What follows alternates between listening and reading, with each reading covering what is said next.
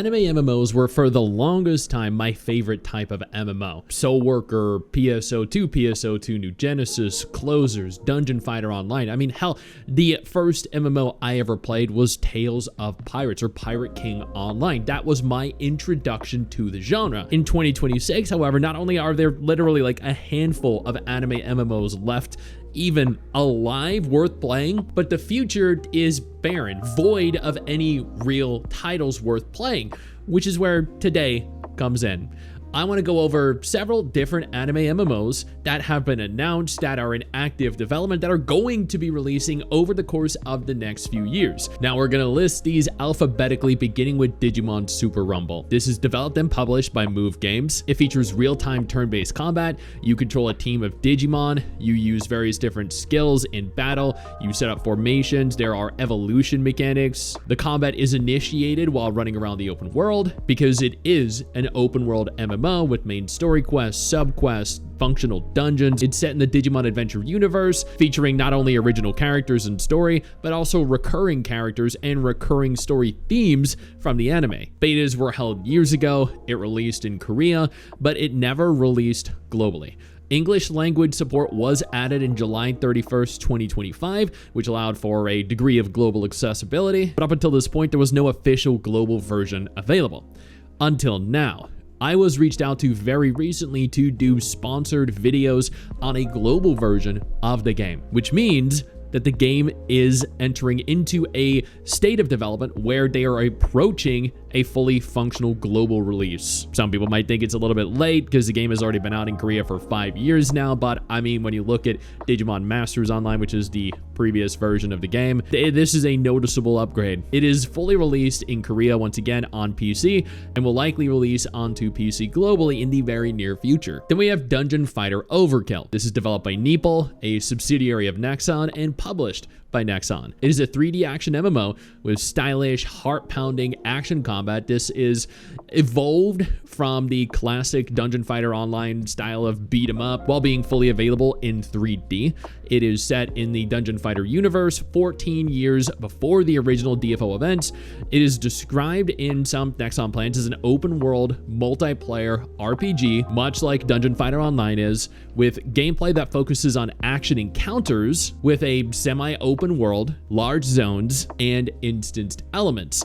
This is not going to be a pure side-scrolling horizontal MMO like classic DFO was. Unfortunately, there is still no public beta announced yet. This game was revealed, I think, like 4 or 5 years ago, back in the early 2020s. It has been in active development for that many years and has been at G-Star pretty much every single year since. Once more, there is no confirmed window yet.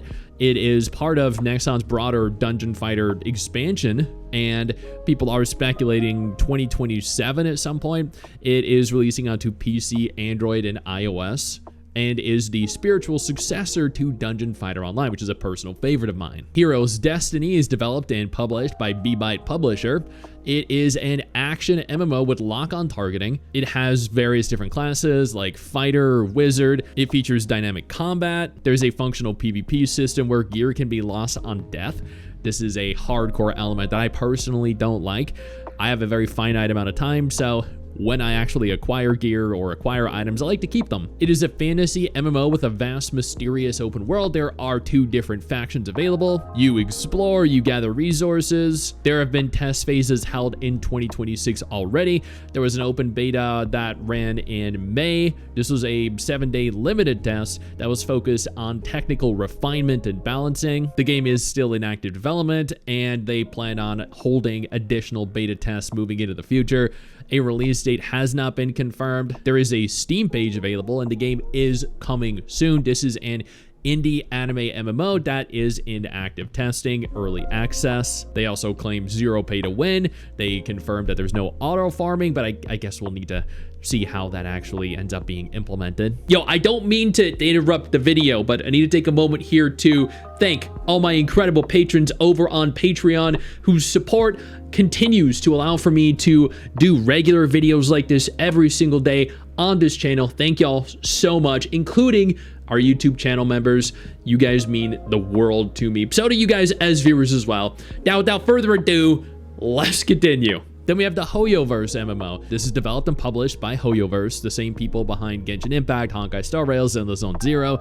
It is a PvP-focused action MMO. It is going to feature a full, large-scale open world. It is going to have intelligent, AI-driven NPCs that supposedly respond dynamically, AI-simulated ecosystems that are going to change and evolve depending on your actions, depending on the time of the month and the time of the year, with fully functional weather, the environment, and seasons. The game is very early in the development process right now. We've had a couple different images released, but nothing concrete in terms of overall graphical style, full combat system, full world style. It was revealed in 2025. There has been no beta test yet, not even internal beta tests yet.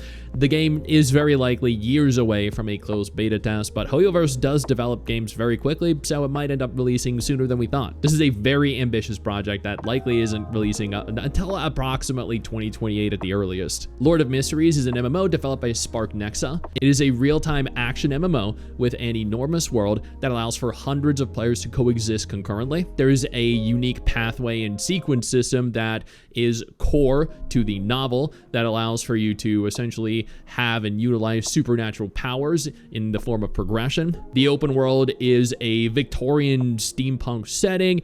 It features spirit world elements. It features contracts. There's a player economy with player trading.